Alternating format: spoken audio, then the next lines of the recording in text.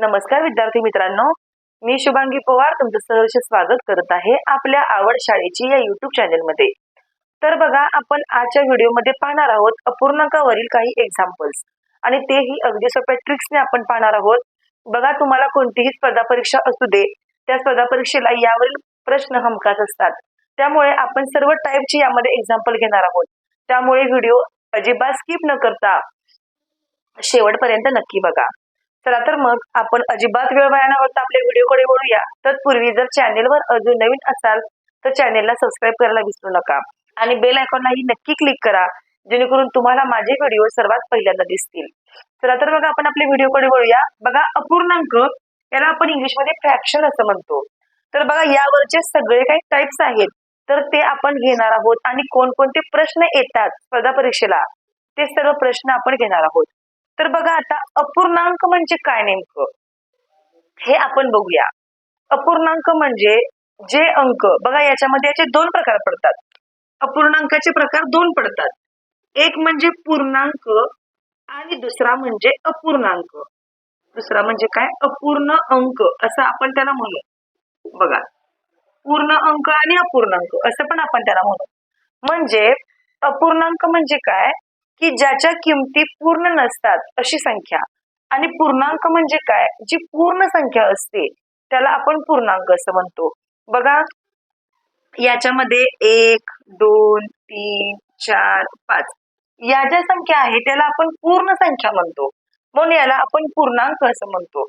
आणि याच्यामध्ये कसं असतं, 1.5, 2.5, 7.5 अशा ज्या संख्या असतात, पॉइंट मध्ये ज्या संख्या असतात त्याला आपण अपूर्णांक म्हणतो। म्हणजे हे अंक अपूर्ण आहेत, हे अंक पूर्ण नाहीत, म्हणून आपण त्याला अपूर्ण अंक असं म्हणतो।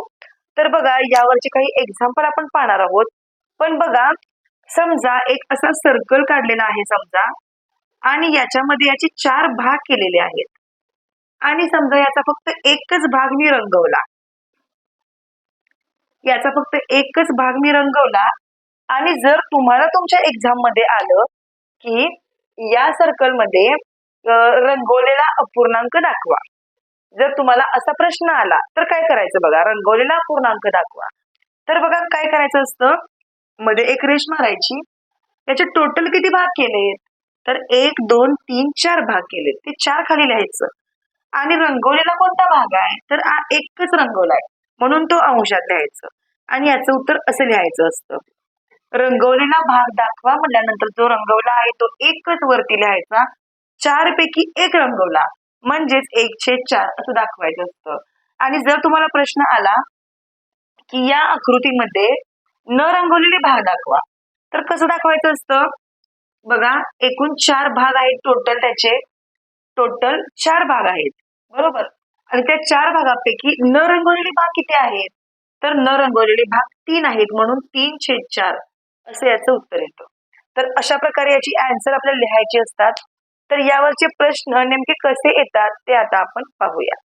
तर बघा, इथं आपण प्रश्न घेतलेला आहे, पूर्णांकयुक्त अपूर्णांकात रूपांतर करा, म्हणजेच मिश्र अपूर्णांकात त्याचं रूपांतर करायचं आपल्याला।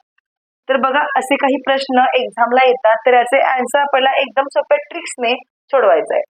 इथं आपला प्रश्न आपण काय घेतलेला आहे, पहिला 12/5 याचा आपल्याला काय करायचं आहे, पूर्णांक युक्त अपूर्णांकात रूपांतर करायचं आहे।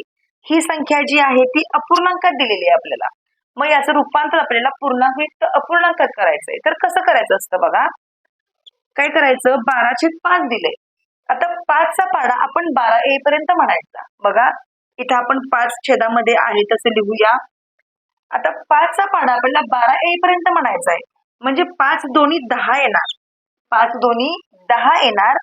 आणि मग किती उरले, उत्तर 12 यायसाठी किती उरले, तर 2 उरले, ते 2 आपण वरती लिहायचं।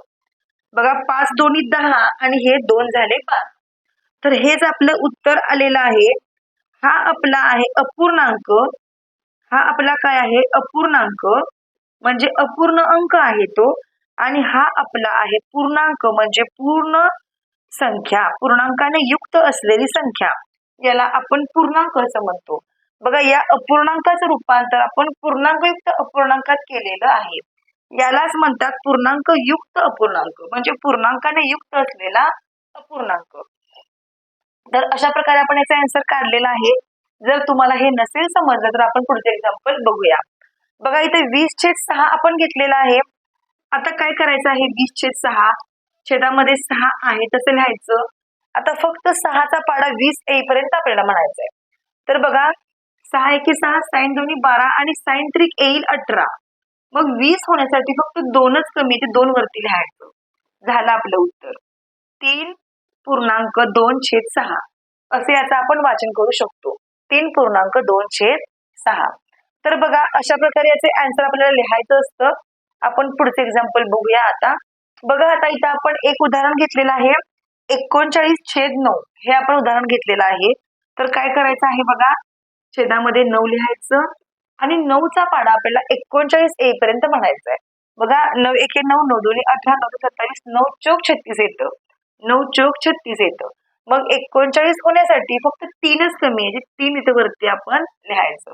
म्हणजे 4.3/9 असे याचं उत्तर आलेलं आहे. तर हा झाला प्रश्न पहिला. पूर्णांकयुक्त अपूर्णांकात रूपांतर करायचं होतं. हा झाला प्रश्न पहिला. आता आपण प्रश्न बदलूया, दुसरा प्रश्न आपण घेऊया. तर बघा आता इथं आपण प्रश्न पुढचा घेतलेला आहे. तर काय प्रश्न आहे बघा, पूर्णांकयुक्त अपूर्णांकाचे साध्या अपूर्णांकात रूपांतर करा. आता मगाशी प्रश्न उलटा होता. मगाशी प्रश्न काय होता की पूर्णांकयुक्त अपूर्णांकात रूपांतर करायचं होतं. आता पूर्णांकयुक्त अपूर्णांक संख्या दिलेली आहे आणि त्या पूर्णांकयुक्त अपूर्णांकाचं रूपांतर आता साध्या अपूर्णांकामध्ये करायचं आहे. तर इथे एक्झाम्पल आपण घेतलेलं आहे 3.1/5 याचं रूपांतर आपल्याला साध्या अपूर्णांकात करायचं आहे. तर काय करायचं असतं बघा, पहिल्यांदा या दोन्हींचा करायचा असतो गुणाकार. 5 त्रिक झाले 15 आणि या 15 मध्ये ही वरची जो अंश आहे तो ऍड करायचा असतो. तर बघा काय केलं आपण, 15 मध्ये हा 1 मिळवायचा असतो आणि इथं आपण 16 लिहायचं आणि खाली जो छेद दिलेला आहे 5 तो 5 इथं लिहायचा. बघा एकदम सोपं आहे. या दोन्हींचा गुणाकार करायचा, त्या गुणाकारामध्ये वरचा अंश फक्त ऍड करायचा आणि जो छेद आहे खाली तो आहे तसा लिहायचा. बघा आपण इकडे करूया अनेकदा, तुम्हाला पटकन समजेल. जो छेद आहे 7 तो पहिल्यांदा लिहून घ्या आहे तसा, बरोबर. आता या दोन्हींचा करूया गुणाकार. 7×5 झाले 35, 35 आणि हे 5 झाले 40. तर 40/7 हे झाले याचं उत्तर. तर अशा प्रकारे एकदम सोपं आहे. आता आपण पुढचा प्रश्न बघूया. 6.1/5 याचं रूपांतर आपल्याला साध्या अपूर्णांकामध्ये करायचंय. जो छेद आहे तो छेद पहिल्यांदा आहे असा लिहून घ्या. या दोन्हींचा करा गुणाकार. 6×5 झाले 30 आणि 30 मध्ये हा 1 मिळवा 31. बघा एकदम सोपं आहे. फक्त तुम्हाला 1-2 उदाहरणे समजली तर तुम्हाला बाकीची सुद्धा एक्झाम्पल पटकन समजून जातील. तर आता हा झाला प्रश्न दुसरा. आता आपण प्रश्न पुढचा बघूया. तर बघा इथं आपण प्रश्न पुढचा घेतलेला आहे. प्रश्न काय आहे बघा आपला, दशांश अपूर्णांकाचे व्यवहारी अपूर्णांकात रूपांतर करा. आता या संख्या ज्या दिलेल्या आहेत त्या दशांश अपूर्णांकातील संख्या आहेत आणि या संख्यांचं रूपांतर आपल्याला व्यवहारी अपूर्णांकामध्ये करायचंय. तर काय करायचं असतं बघा, आता इथं 1.5 आहे, 1.5 लिहू आपण, छेद लिहायचा खाली. बघा आता काय करायचं असतं, पॉइंट नंतर एक संख्या आहे, बरोबर. पॉइंट नंतर एक संख्या आहे म्हणून छेदामध्ये आपल्याला इथं 1 लिहायचा अगोदर.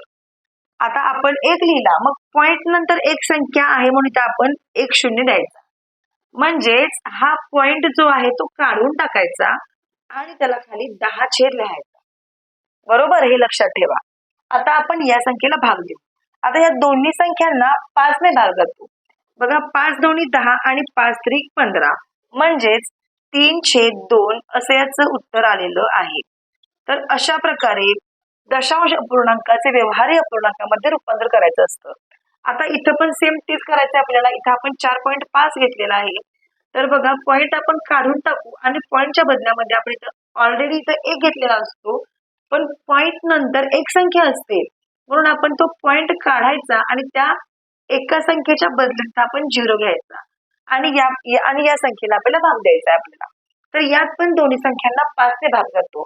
बघा 5 दोन्ही 10 आणि 5 9 45 म्हणजेच 9/2 हे याचं उत्तर आलेलं आहे.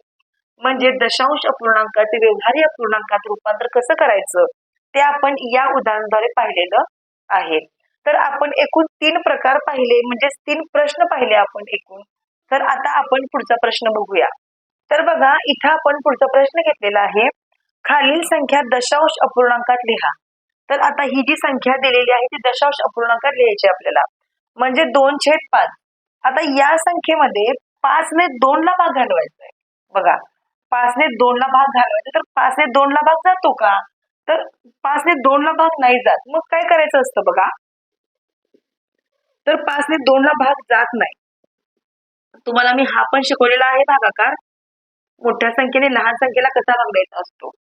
तर काय करायचं असतं, अशा वेळी वरती एक 0 घ्यावा लागतो आपल्याला आणि खाली एक 0 घ्यावा लागतो. पुन्हा यांची वजाबाकी करावी लागते. इथं 2 लिहायचं. आता बघा, इथे आपल्याला पॉइंट घ्यावा लागतो आणि या पॉइंटच्या बदल्यामध्ये इथे आपल्याला 0 घ्यावा लागतो आणि 5 एके 5 आणि 5 चोक होतं 20.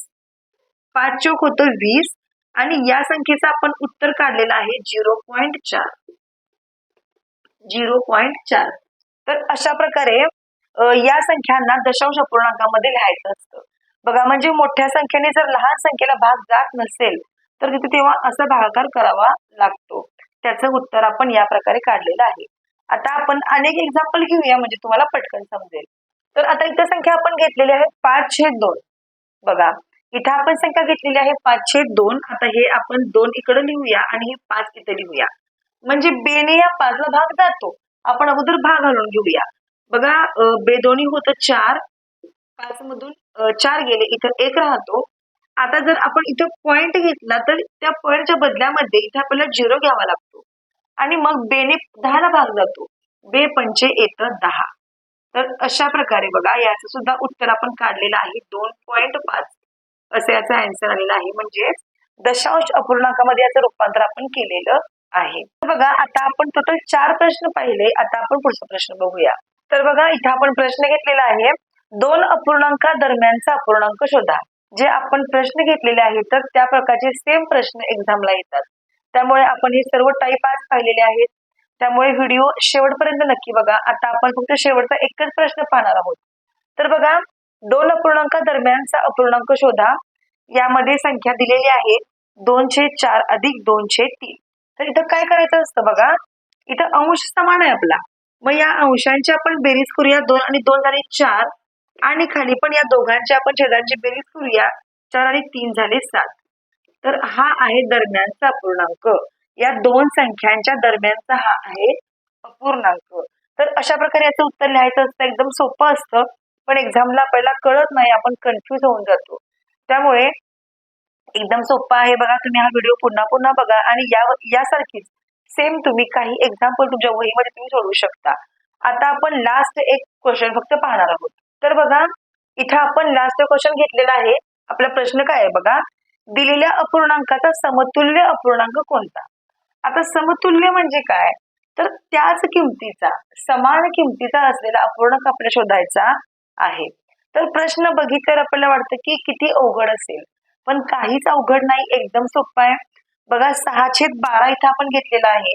आता काय करायचं, फक्त याच किमतीचा दुसरा आपल्याला अपूर्णांक शोधायचा आहे. तर या संख्येला फक्त आपल्याला भाग द्यायचा, काही करायचं नाही.